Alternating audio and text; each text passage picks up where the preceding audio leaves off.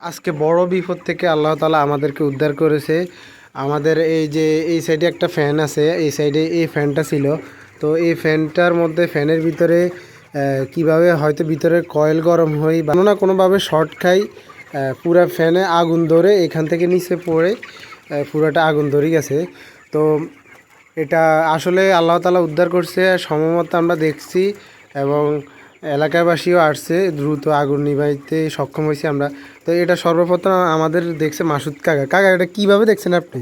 প্যানের মধ্যে আগুন ধরছে আর আমি পানি মারছি মানে আপনি প্রথমে কিভাবে দেখছেন দূর থেকে? প্রথমে আমি দূরত্ব দেখছি যে আগুন জ্বলতে আছে দাও দাও করে। পরে আমি পাইপ লই আইছি, পানি পাইপ লই মানে আইছি। আপনি এদিকে কি কারণে আসছেন? এদিকে তো আমরা ছিলাম না, কেউ ছিল না। এখানে আসছি কাজ করার লাই, কাজ করতে করতে দেখছি কি কাজ করতে আসছেন?